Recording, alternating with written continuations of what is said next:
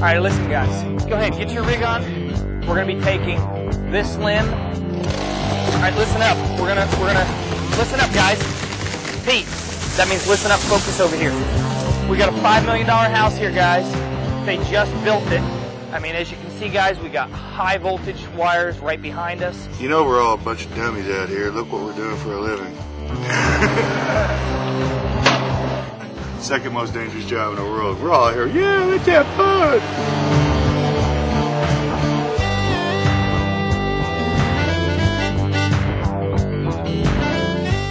I'm Paul Nosak. I'm a saw for hire. I'm here to protect your children, you and your home, from the deadliest vegetation on the planet, trees. Now let's go cut some.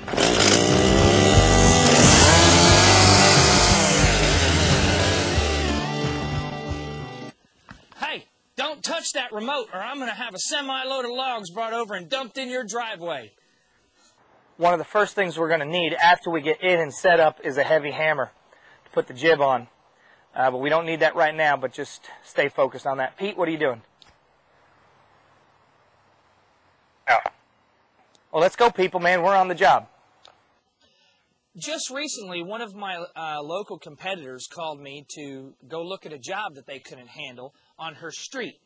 And it was a tree that uprooted and smashed, totaled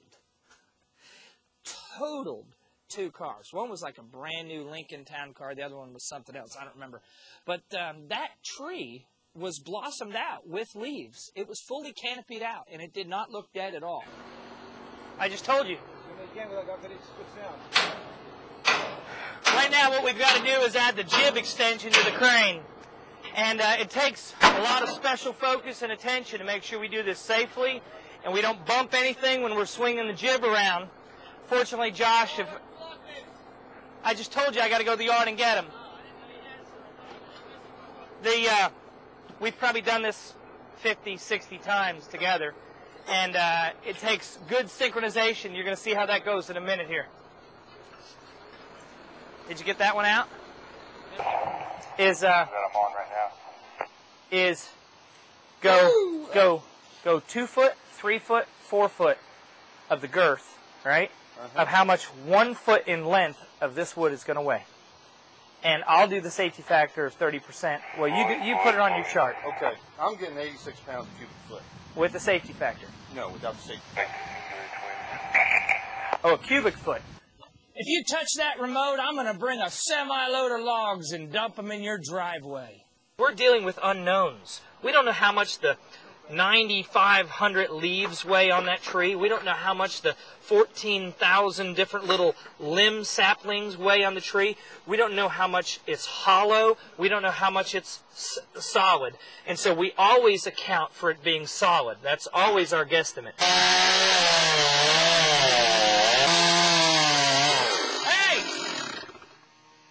John, get us a hammer. We got a nail in the tree right here. About the worst thing you can find in a tree is concrete or steel.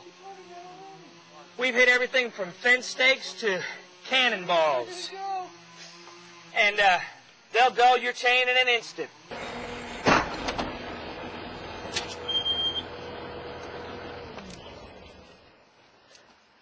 This is the reason we've got to have the big bobcat.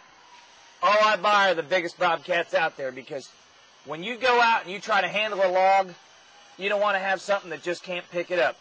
This is small material now. We've got it out of the danger zone. If this thing were 8, 9 foot long, I could still pick it up and spin it around like a toothpick. Having the right equipment and the right machinery, you will see, is what makes our job safe and efficient.